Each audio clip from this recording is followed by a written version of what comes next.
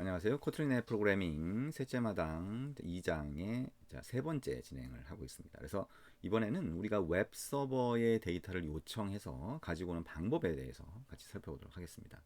일반적으로 우리가 앱 안에 있는 데이터만 가지고 보여주는 경우가 요즘 많지가 않습니다. 웬만하면 다 서버에 있는, 그러니까 다시 말하면 인터넷상에 다른 곳에 있는 데이터를 가지고 오는 경우가 훨씬 많죠.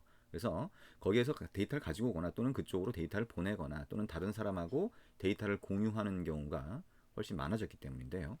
우리가 지금 영화 앱이라고 하는 것을 만들어 보고 있죠. 그래서 이 영화에 대한 실제 데이터, 그러니까 실시간 데이터를 받아오는 것도 상당히 중요한데 우리가 박스오피스 순위 정보를 받아올 수가 있어요. 그게 영화진흥위원회에서 오픈 API라고 하는 형태로 해서 제공해주는 정보가 있습니다. 그래서 그 정보를 우리가 가지고 와서 필요한 정보를 추출을 하고 그 정보를 화면에 보여주는 이런 예제를 같이 한번 만들어 보도록 할 겁니다. 그러면 일단 우리가 프로젝트를 만들고 그 다음에 거기서 인터넷을 통해서 다른 곳에 있는 웹 서버에 요청하고 응답받는 그런 코드가 필요하겠죠. 그래서 그 내용을 같이 한번 살펴보려고 합니다.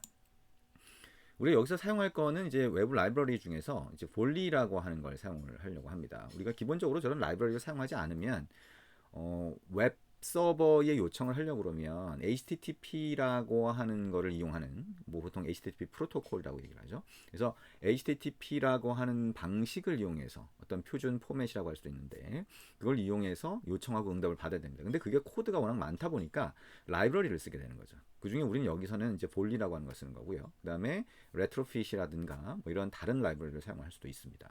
그래서 일반적으로 이제 레트로핏이라고 하는 것을 권장하긴 하는데요. 우리가 좀 더 단순한 형태로 만들기 위해서 볼리라고 하는 걸 이 책에서는 사용을 하고 있습니다.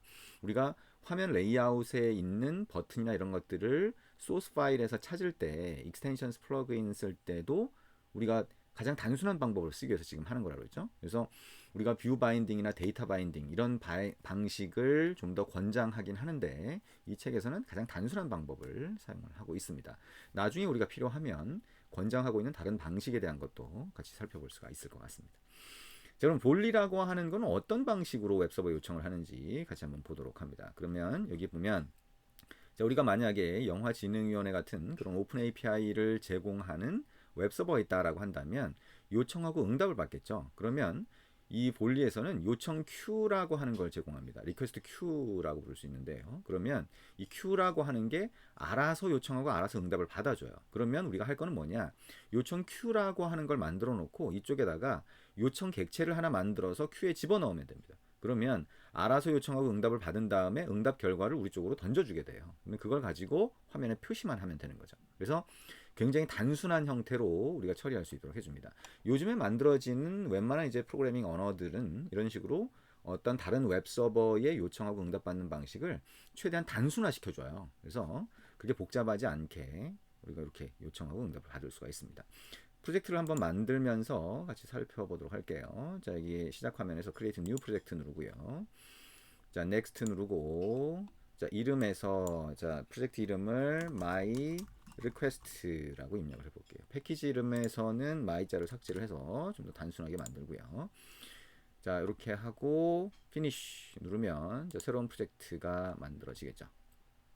프로젝트 창이 열리면 이 프로젝트 창에서 일단 먼저 화면 레이아웃을 만들어 보도록 합니다. 자, 화면 레이아웃은 activity-main.xml에서 만들겠죠. 그래서 화면 레이아웃은 우리가 위쪽에 버튼 하나만 딱 놓을게요. 그 다음에 아래쪽에는 로그식으로 뭔가 글자를 쭉 출력할 수 있게 해줄 겁니다. 그래서 그게 이제 스크롤 뷰 안에 들어가서 필요하면 스크롤이 생기도록 이렇게 만들어 주도록 하죠.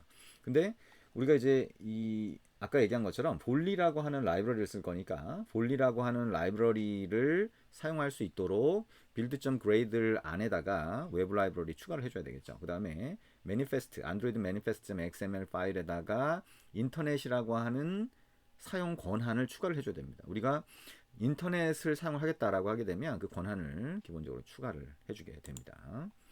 자, 그러면 먼저 외부 라이브러리 추가해 볼까요? 왼쪽 프로젝트 창에서 Gradle 스크립트 안에 두 번째 build.gradle, 자, 모듈이라고 되어 있는 거 있죠? 그래서 그걸 열어보면 저렇게 보이겠죠? 그러면 우리가 플러그인스의 중괄호 안에 extensions는 먼저 한번 넣어볼게요. 여기다가 자, extensions 이렇게 extensions 플러그인 추가를 하고요. 자, 아래쪽으로 내려가서 dependencies라고 하는 거의 중괄호 안에다가 공간을 만들고요. 자, implementation 하고 자, 작은 따옴표 한 다음에 여기다가 볼리 라이브러리를 추가합니다. android.volley volley가 되겠죠. 그다음에 콜론 한 다음에 volley 그다음에 1.2.0 이렇게 한번 넣어봅니다. 자, 그리고 sync now 이렇게 한번 클릭해 보죠. 자, 그러면 이 라이브러리를 찾을 수 있다라고 하면 아래쪽에서 그 라이브러리를 자동으로 다운로드 받고 사용할 수 있는 준비를 해주게 됩니다. 만약에 이제 여러분이 지금 이 프로젝트를 만들 때 그 시점에는 더 나중 버전이 이렇게 나와 있을 수도 있겠죠. 그러면 그 버전을 여러분이 명시를 해서 사용할 수 있도록 해주시면 됩니다. 이렇게 해서 build.grade에다가 이렇게 추가를 했고요. 그 다음에 인터넷 권한이 필요하다 그랬죠. android manifest.xml 파일을 열고요. 자, 애플리케이션 태그 위쪽에다가 꺽쇠 표시하고요. uses permission enter. 자, 인터넷이라고 하는 거는 있죠. enter 슬래시 해주면 이렇게 uses permission이라고 하는 권한을 하나 추가할 수 있습니다. 그 다음에 애플리케이션 태그 안쪽에다가 속성 하나 추가할까요? 안드로이드 자 콜론 하고요. 자, use까지 입력해 보시면 uses clear text traffic이라고 하는 게 있는데 이걸 true로 해줍니다. 이거는 우리가 HTTP가 있고 HTTPS가 있죠. 그래서 HTTP는 안전하지 않다라고 얘기할 수 있는데 자, 그 경우에도 우리가 그대로 이렇게 처리할 수 있도록 일단 이렇게 옵션으로 넣어주는 겁니다. 그래서 일반적으로 우리가 인터넷 관련돼서 사용하겠다라고 하게 되면 이렇게 두 가지, 그러니까 위에 인터넷 권한과 애플리케이션 태그 안에 uses clear text traffic이라고 하는 속성을 넣어준다라고 생각을 하시면 되겠죠. 자, 이렇게 해서 권한 추가까지 같이 했고요. 이제 화면 모양을 만들어 봅니다. activity main.xml을 열고요. 자, 기존에 들어있던 텍스트 뷰는 삭제. 그리고 여기 이제 화면 구성을 해주면 되겠죠. 우리가 최상위 레이아웃, 이 화면 전체를 차지하고는 있는 레이아웃은 컨스트레인트 레이아웃 그대로 둡니다. 제약 레이아웃을 그대로 두고요. 이 제약 레이아웃은 그 안에 추가되는 게 연결선을 이용해서 위치를 잡는다라고 하는 거 생각을 하시면 되겠죠. 그러면 이제 그 상태에서 위에 버튼 하나 놓을 텐데 버튼을 더 추가할 수도 있으니까 위쪽에 리니어 레이아웃을 이용해서 자, 방향은 허리젠틀 오른쪽으로 추가되도록 이렇게 하고 그 아래쪽에 이제 스크롤 뷰 그 다음에 스크롤 뷰 안에 텍스트 뷰를 추가하도록 이렇게 만들어 봅니다. 일단 위쪽에 리니어 레이아웃 추가해 볼까요? 자, 레이아웃에 리니어 레이아웃 허리젠틀이라고 하는 거를 자, 왼쪽 위에 팔레트에서 컴포넌트 트리 쪽으로 끌어다 놓습니다. 이렇게 끌어다 놓고요. 그 다음에 그 안에다가 버튼 추가하면 되겠죠? 버튼 이렇게 추가합니다.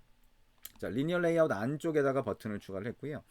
자, 요게 허리젠틀로 되어 있죠. 오른쪽으로 추가할 수 있게 되어 있는데 그래서 버튼이 이렇게 추가가 됐는데 이 버튼에 레이아웃 웨이트가 있으니까 오른쪽에 남아있는 여유 공간이 전부 다 버튼 쪽으로 갔죠. 그래서 레이아웃 웨이트를 일단 삭제 이렇게 그 다음에 텍스트에다가는 자, 요청하기 이렇게 글자를 한번 넣어봅니다.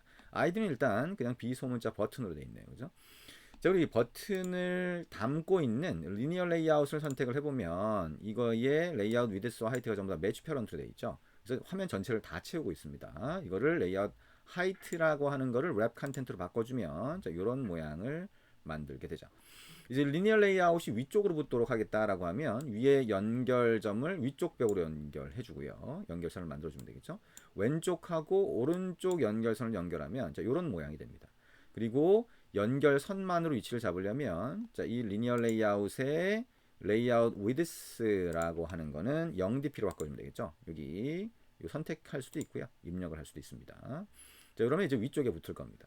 그 다음에 그 아래쪽으로는 이제 스크롤 뷰라고 하는 거 추가해 볼게요. 스크롤 뷰를 자, 이 화면의 아래쪽에 갖다 놓습니다. 이런 모양이 되겠죠. 그러면 위에 있는 연결점은 위에 있는 리니어 레이아웃의 아래쪽 연결점하고 연결하고요. 그 다음에 왼쪽 오른쪽 아래쪽 연결선을 다 이렇게 연결하도록 합니다. 자, 아래쪽 연결했죠. 이런 모양이 될 거고요. 이렇게 연결선을 만들었는데 연결선만으로 화면을 꽉 채우도록 하려면 이 스크롤 뷰의 레이아웃 웨이트 위드스가 되겠죠. 위드스하고 하이트를 0dp로 이렇게 만들어 주시면 됩니다. 이런 모양이 되겠죠. 그 다음에 이 스크롤 뷰의 영역, 이 영역을 좀 구분하겠다라고 하면 자, 우리가 아래쪽으로 내려와서 백그라운드 색상을 자, 다른 색상으로 이렇게 좀 바꿔줍니다. 자, 자, 연한 파란색 계열이 되겠네요. 자, 그러면 영역이 좀 구분이 되겠죠. 그리고 스크롤 뷰의 안쪽에 리니어 레이아웃이 있는데요. 거기다가 텍스트 뷰를 추가해서 여기다가 로그식으로 출력할 수 있도록 해줍니다. 그러면 자, 이거의 아이디를 뭐라고 할까요? 로그 아웃풋이라고 붙여볼까요? 자, 로그 아웃풋, O가 대문자고요. 이렇게 아이디를 붙여주고요. 그 다음에 텍스트는 삭제를 합니다. 자, 이렇게 해서 뭐 글자 크기는 여러분이 필요하면 더 크게 만들어 주실 수가 있겠죠. 그래서 로그 아웃풋이라고 하는 텍스트 뷰를 이 안에 포함을 시켰습니다.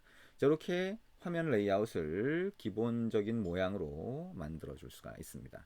우리 조금 이따가 이어서 이제 영화진흥위원회의 오픈 API를 이용해서 우리가 데이터를 어떻게 갖고 올 수 있는지 같이 한번 보도록 하겠습니다.